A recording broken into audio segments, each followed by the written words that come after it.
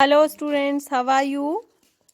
Okay, I hope you all will fine. So let's start doing the work of English grammar and active passive voice. This is a past continuous tense.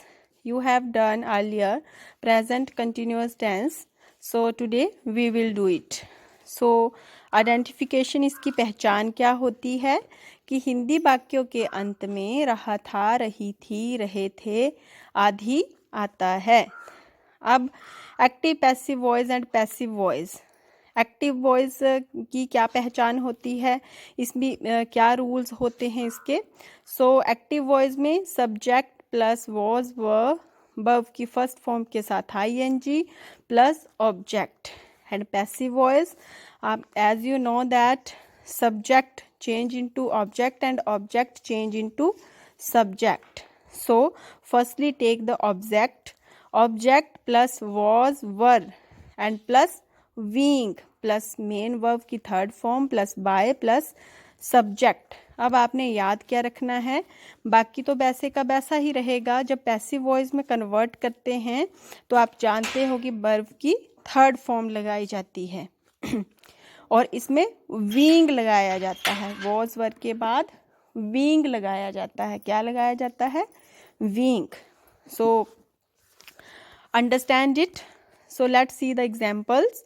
Mister Ravi was teaching English. अब इसकी हिंदी क्या हुई कि mister Ravi English पढ़ा रहे थे। क्या कर रहे थे वो? इंग्लिश पढ़ा रहे थे। So object is English. So English को हम सब्जेक्ट बनाएंगे। English was being taught by mister Ravi. So next sentence is you were driving a car. आप एक कार चला रहे थे। So a car was being driven by you, कि एक कार आपके द्वारा चलाई जा रही थी। सेंटेंस क्या हुआ? सेम वैसे का वैसा ही रहा, बस जो शब्द हैं वो चेंज हुए। अब है नेगेटिव सेंटेंसेस, नकारात्मक वाक्य। सो इसमें रूल्स क्या होते हैं? एक्टिव वॉइस जो होता है, जो हमने सेंटेंसेस जो टेंसेस पढ़े हैं उनके रूल्स होते हैं एक्टिव वॉइस में। So subject plus was verb plus not plus verb की फर्स्ट फॉर्म के साथ आईएनजी और ऑब्जेक्ट। अब पैसिव वॉइस में चेंज करेंगे तो क्या आएगा? ऑब्जेक्ट को हम सब्जेक्ट बनाते हैं। So object plus was verb plus not plus being plus main verb की third form plus by plus subject. So examples, Gita was not telling a lie. So a lie was not being told by Geeta. Next sentence is the boys were not plucking the flowers. So object क्या है? The flowers. The flowers were not being plucked by the boys. अब इसमें भी हमने क्या ध्यान में रखना है कि were not, was not के बाद हम being लगाते हैं। अब नेक्स्ट सेंटेंस इंटरोगेटिव सेंटेंसेस।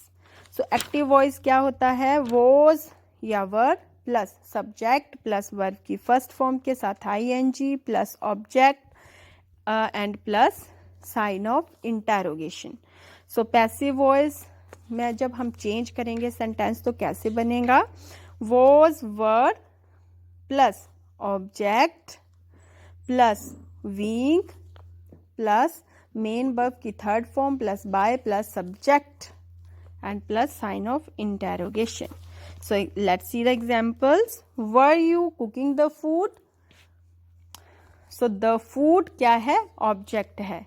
अब जो इंटरोगेटिव है उसमें वॉज वर्ब स्टार्टिंग में एज यूजुअल ही रहेगा, तो क्या आएगा? द फूड के साथ was the food being cooked by you, sign of interrogation. Was she writing a letter? Was a letter being written by her?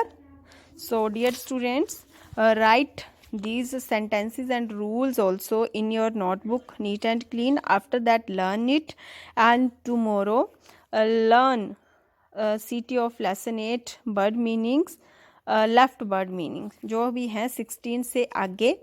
सो आपने सारे लर्न करने हैं और उनका कल टेस्ट देना है. So students, I hope you will understand this past continuous tense. So till then, take care, stay safe, stay healthy. Bye.